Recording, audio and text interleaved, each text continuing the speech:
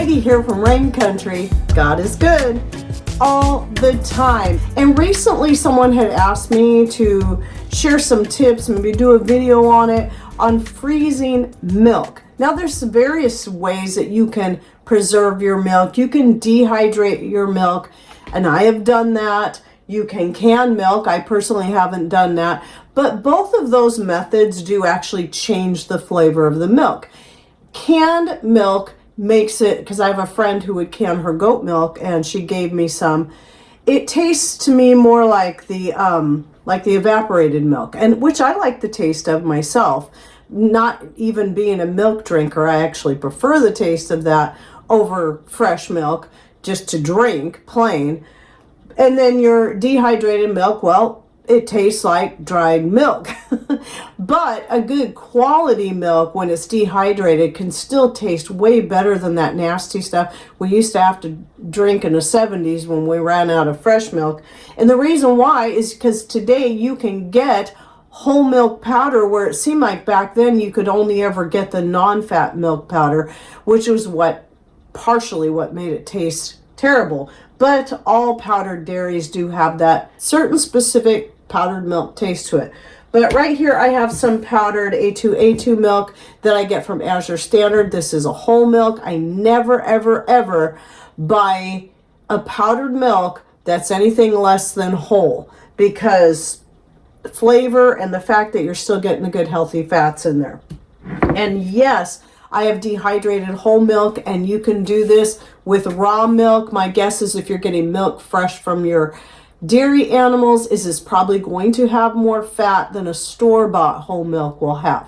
Now, we don't have dairy animals, and these days we have very little access to anyone who has raw milk to sell or barter for. So we have to resort to purchasing our milk, organic whole milk, from either Costco or Misfits Market, and I stock up and I do freeze it because I want to preserve that particular flavor rather than the dehydrated or the canned.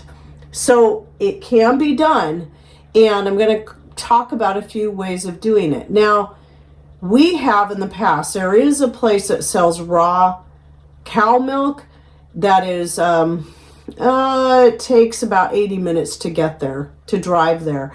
And if you buy like 10 gallons at a time, you can get a free gallon, which that was really nice, but that's a lot of milk to try to work through. So we would, we've done that before. We bought the 10 and got the 11th and then froze that, but those were in the plastic gallon jugs, which those do freeze well. It's just one thing, and it is a great option, except for when it comes to freezing anything in plastic. The freezing process does tend to break down plastics worse than heating them, and you're more apt to get some of those microplastics into your food or drink, whatever it is you're freezing. So just something to consider. We buy the whole milk, like I said, from either Misfits Market or Azure Standard if we can get it there. Sometimes it's not always available. Or if we do get into town, we'll get it at Costco, and we'll just buy a bunch of it and then bring it home and freeze it so we can stay stocked until the next time we can get stocked up on more milk. And in that case, we do buy it in the cartons, which I prefer because not only are they half gallons rather than whole gallons, which means they thaw out faster, they're easier, they're square in shape, they're easier to find places to store them in your freezer, but you're also avoiding the plastics getting into the milk. At any rate, either one, the jugs or the cartons, they freeze well. Keep in mind, they are going to swell. The jugs have the little inserts on them, so when they freeze, those are going to pop out. It gives space for it to expand. The cartons expand nicely without having to worry about them exploding. I've never had one break open on me. But if you are one who would still prefer to freeze in glass, it can be done. Or maybe you have dairy animals and you would like to freeze in glass. Yes, it can be done. There is a trick to it. So what I recommend is don't freeze in anything larger than a quart jar. And don't use a wide mouth, use the regular mouth. Here is why. What I have found is that the regular mouth jars tend to be sturdier and handle the freezing process better when you're talking about liquids. And there's still more to it than that, because we know that as liquids freeze, they are going to expand and they can crack your jars. So what you got to make sure that you do is when you, now I used to do this a lot because I had a friend who used to give us sometimes up to 1.5 gallons of milk in jars every week. And sometimes I would have to freeze some of that because we couldn't go through that milk. It was raw goat's milk. We couldn't go through that much in a week. And so what I would do is I would freeze in my own jars of only filling the milk up to about here, just where the jar starts to narrow in, and then just loosely setting the lid on like that, just to keep anything from possibly falling in there, letting it freeze completely. I could then top it off with a little bit more if I want, but mostly what I do is then the next day go tighten the lid down. And didn't have issues with my jars cracking when doing that. The only time my jars cracked were not because of the freezing process. It was because once they're frozen, they are still going to be more delicate, more fragile, more apt to break. And I was just setting them in there into these trays inside my chest freezer.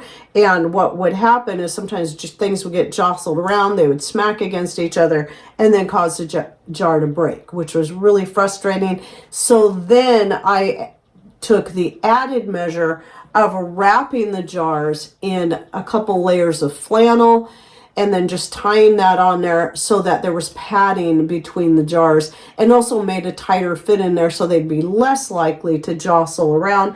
Some people suggest using, like, some people will knit or crochet their own little jar covers, or if you have some old socks where maybe the sole of them is worn out, you can cut the bottom of the sock off and then pull the neck of the sock up over the jar. That's another way you can add some padding. So after that, I stopped having cracked jars. I think I only cracked a jar or two in the process of that learning process.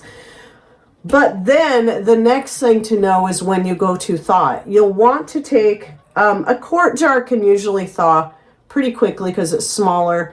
If you're talking about like the 1/2 gallon cartons, we take those out a day in advance. I take it out in the morning and then give it all till evening.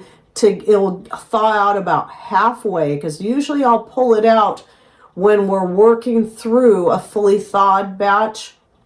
And once we've opened that, I pull out a new one and then just thaw it halfway. It will stay really cold in the refrigerator, and by the time we get to it, then it's almost always fully thawed.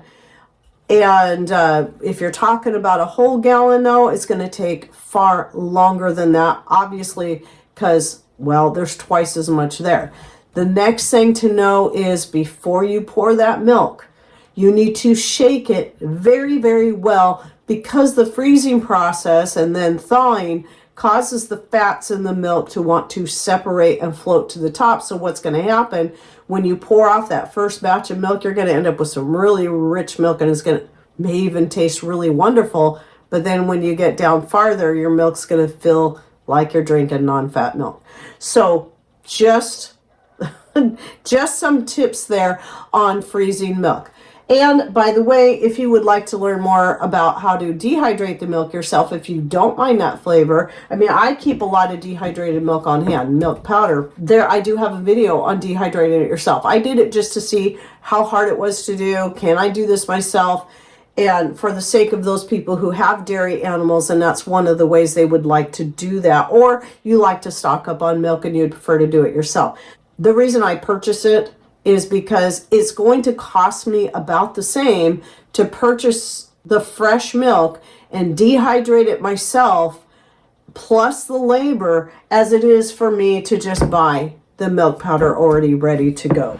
It probably is a little bit more to do it this way, but because the fresh organic milk is a little harder to come by around here, and then especially fresh organic raw milk.